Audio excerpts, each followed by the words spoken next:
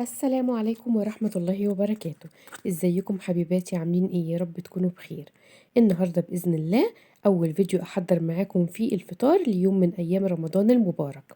تعالوا نشوف أنا عملت ايه.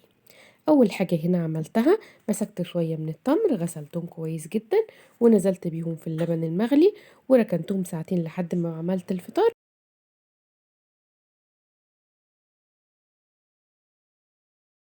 وبعد كده هو فضيتهم في الكوبايات قبل الفطار بحاجة بسيطة.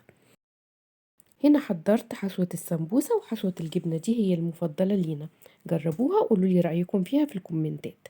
هنا جبت كزبرة خضراء وشبت ونزلت عليهم بقطعة كبيرة من الجبنة الفيتا ورشة من الزعتر وقلبتهم مع بعض كويس جدا.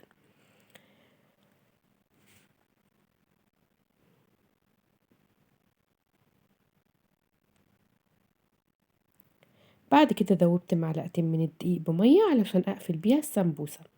هنا بدأت ألف السمبوسة، لفيت كام واحدة كده وبعد كده البنات خدوها كملوها بره بصراحة.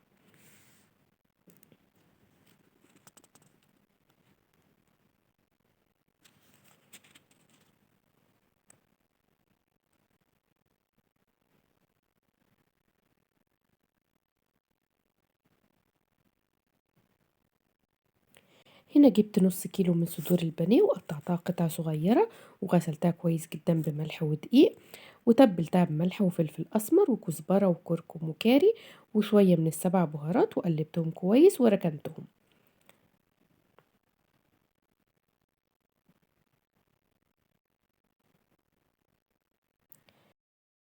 بعد كده جبت طاسة على النار نزلت فيها بمعلقة كبيرة من السمنة ونزلت ببصلة كبيرة مفرومة وقلبتها. وبعد كده نزلت عليها بفصين كبار من الثوم، بيديها طعم لذيذ جدا، جربوها.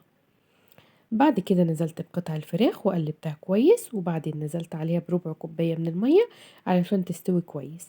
وبعد كده نزلت عليها بقطع من الفلفل الألوان ووطيت عليها لحد ما استوت.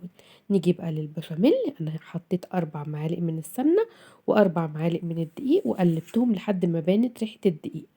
ونزلت عليهم بعد كده بلتر من اللبن الحليب ومعلقتين من مية سلق المكرونة، بس نسيت أصور لكم مية سلق المكرونة.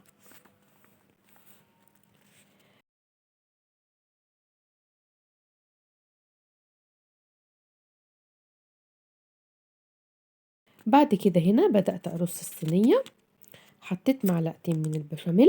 وانا عادة بقلب المكونات كلها في بعضها، بس قلت يعني اغير النهاردة. المهم نزلت بمعلقتين من البشاميل ونص المكرونة وعليها معلقتين كبار من البشاميل. وبعد كده نزلت عليها بالفراخ. بعد كده رصيت باقي المكرونة وغطيتها بالبشاميل وجبت بيضة بملح وفلفل أسمر، دهنت بيها الوش ودخلتها الفرن 10 دقايق. وبعد كده فتحت الشواية علشان تاخد الوش الجميل ده. وهنا طلعتها من الصينية وهي لسه سخنة كده وجوسي وخطيرة. جربوها بالطريقة ديت وقولوا لي رأيكم فيها. وده كان فطار سريع ولذيذ. ولو عجبكم الفيديو ما تنسوش اللايك والشير. جزاكم الله خيرا، والسلام عليكم ورحمة الله وبركاته.